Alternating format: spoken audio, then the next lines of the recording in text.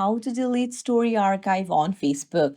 Hey everyone, welcome back to the channel. If you are new here, don't forget to hit the subscribe button and turn on the notification bell to not miss any updates. In today's video, I'm going to show you how you can delete story archive on Facebook. Let's get started. Open up the app.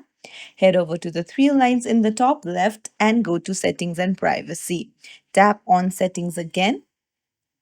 And now you'll need to scroll down and you will need to find activity log. Just tap on it. And at the very top, you can see archive. Tap on it. And you can see story archive. Tap on it. And you'll find all of your story archives here.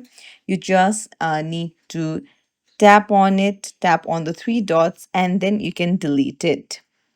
So it's as simple as that to delete archive story on your Facebook. If you found this tutorial helpful, don't forget to hit the thumbs up and subscribe to our channel. Thank you for watching.